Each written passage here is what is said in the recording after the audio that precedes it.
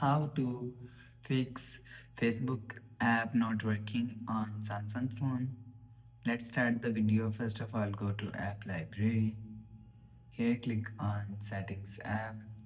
Now in setting, scroll down and click on apps. After click on apps, scroll down and search Facebook app. From here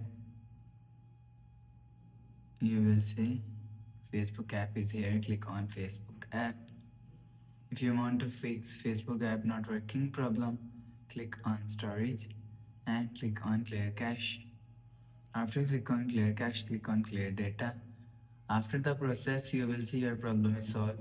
So if it not solved, so reinstall your Facebook app. After install, your problem is solved.